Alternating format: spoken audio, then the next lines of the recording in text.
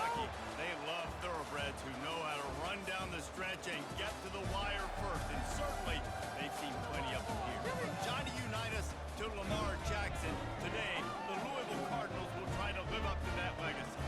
Today a clash between a couple of ACC rivals in a game that could have big-time implications for the rest of the season. As we'll see, the Georgia Tech Yellow Jackets taking on the 16th ranked team in the land, the Louisville Cardinals. For EA Sports College Football, I'm Reese Davis, joined here in the booth, as always, by David Pollack and Jesse Palmer. Guys, let's tee this one up. And the Yellow Jackets will kick it away to start us off. Here he comes from inside his own 5. Nice job by the kickoff team. Everybody stayed in their lanes, and they'll stop him at the 16. So Louisville's offense will start this game off. And when you take the field with the confidence, the swag that this guy does, David, it just really elevates your confidence in the passing game. Yeah, the receivers don't usually lack confidence, and those are the guys that kind of set the tone. And that swagger sets the tone for this offense. And Jesse, you know he's going to make plays. And that speed scares defenses too, because he can take the top off quick. These safeties better get back deep, or else this guy's going to take it to the house. I don't know why, but it's a thing. The ACC Wheel of Destiny, you spin it, you never know how it's going to come up, and you can't afford to give away a game early in a conference like this. And I think both of these coaching staffs, David, understand that, and they've been preaching to their team, we've got to start fast. Not just in this game. We've got to start the season fast. We've got to take advantage of this opportunity. And I think Reese hit it right in the head, too. The Wheel of Destiny, right? It seems like it's a new team every year that's playing in the championship and appears to be a wide-open league. So a lot of turmoil, a lot of change. I think that starting 1-0 is an important step to getting to that championship game. Off the play fake on first down to throw. Finds a man on the right. They got him free for a big gainer to the 43. Last couple of plays, the offense seems to be just one step ahead, David. Yeah, and I'm going to have to do something to disrupt the timing, the rhythm. I got to do something that they're not expecting, because right now they got the run and they got the pass working. So this defense, they have to find something new to kind of confuse this offense. Looking to throw, it's shut. That one comes out high down the right side. And it falls in complete. But it could have been much, much worse, as the defender was right there. After the quarterback and receiver failed to hook up, they'll try it again on second down. That pass is incomplete, and they might be fortunate it wasn't knocked free for a fumble. It'll be third down. They line up with some serious work to do if they want to convert this one. They'll throw it to the back on the screen. Crosses the 30, he's got away. He's run out of bounds, but a big play on that one, and it'll be a first down. Lots of good stuff on that play. You slow down the rush, you get a completion, and you move the chains. And most importantly, you're right. You don't force a short yardage situation that you have to get. Nice job to fight that rush up the field. Take advantage of the aggressiveness of the defense. Make the catch, make the run, get the first down. That receiver found the open space in the zone coverage, and as a defense, honestly, you just throw your hands up on that because they covered it pretty well. It was just a good play call, really nice execution. Looking to the end zone. Can't make the grab as he was going for 6 right there. Defense rolls up deep in its own end on that last play. Now a second and long coming. He'll run it up the middle, trying to pick his way to the end zone. He steps and powers and works his way. They finally get him down to the 2. And with the stuff there, Jesse, on second down, this little third to mid-range, you got 2 downs. What are you thinking here? Maybe getting your quarterback out on the perimeter and giving him a run-pass option. See if you can get the defense in a bind. Buys a little extra time. Going for 6. Reels it into the end zone. Touchdown, Cardinals!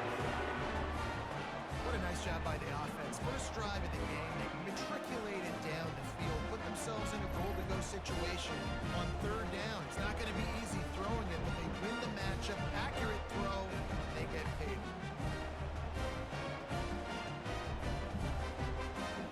Lining up to tack one more onto that lead. And the PAT makes it 7-0. So a scoring drive there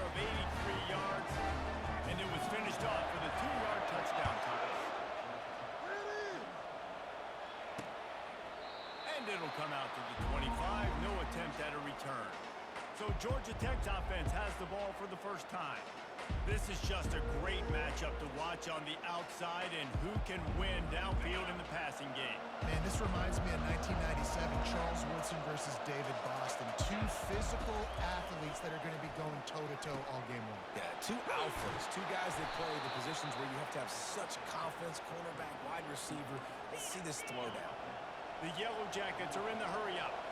Well, they execute the in route, and how about the arm strength by the QB? That was an absolute bullet on that completion. Throws to the wideout. And that pass picked off.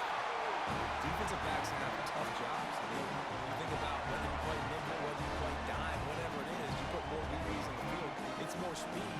It's more guys that can cover, but they also got to cover that ground. But to cover the ground and make the pick, a lot of times you don't see that. Superb effort by that guy.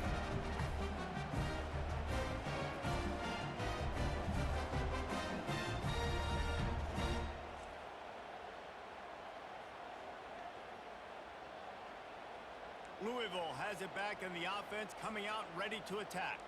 How about that last drive? Just carved him up in the air, David. Yeah, and how about that quarterback? You gave him the ball, and he delivered the goods. Great job taking apart the defense, Jesse, on that last drive. He really did, David. I mean, that was a masterclass in just reading coverage and being accurate.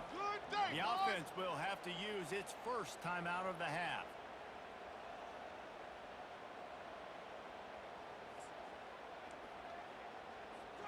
Looking for a productive play on first down. Use the play fake, now to throw. Release to the back. Makes the catch. At the 35, he's got more. He will step out of bounds, but not before the big pickup and a first down for this offense. This is why quarterbacks always take care of their offensive line. This is why they feed them in the offseason, invite them to the house, buy them gifts, take care of the big boys, because they take care of you, and those numbers start to pile up.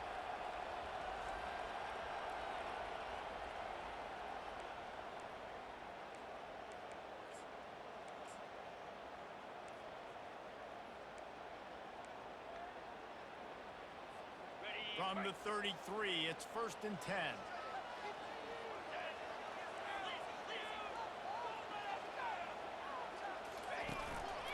Brown has it. We'll give him a couple on that one. 2nd and 8 coming up. You know, I think a big part of this isn't necessarily scoring a touchdown on that play, but you're just trying to get your offensive line in the rhythm of the game. Let those big fellas get lathered up.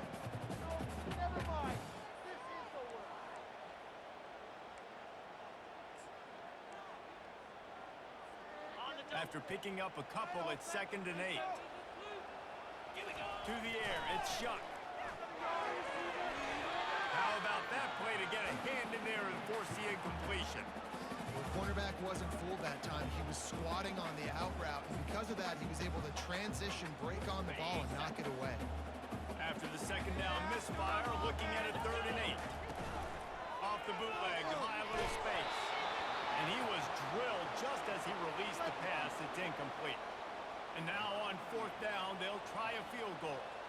And this one is anything but routine. A 48-yard attempt from the right hash. And he missed it. No good. And the margin remains at 7 after the miss.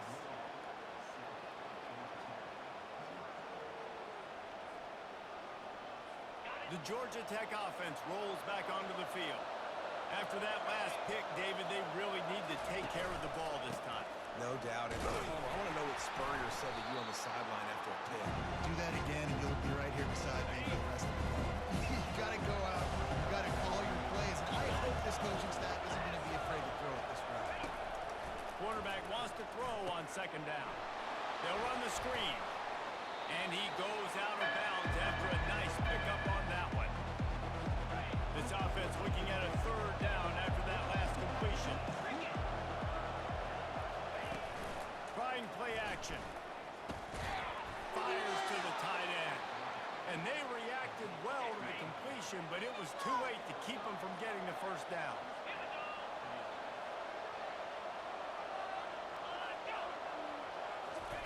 Wants to throw on 1st down. He tries to take the top off. Ball in the air, intercepted. And they'll close in on him after a good return on the interception. This is obviously not a great start for this quarterback here. 2 interceptions already in this game. He's got to do a much better job with his decision making.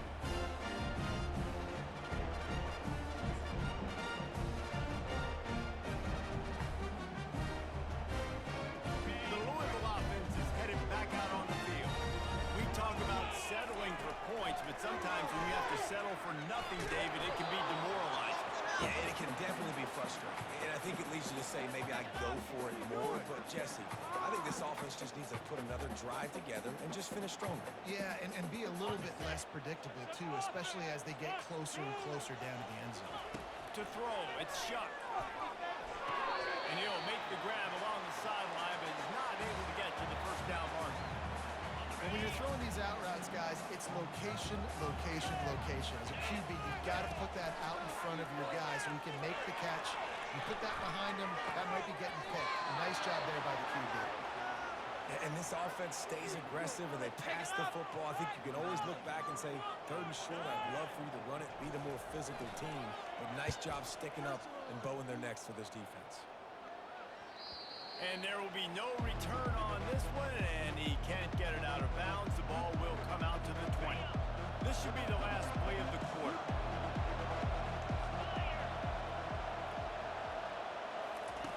He'll come out throwing on first down. Pulls it in. It's Singleton.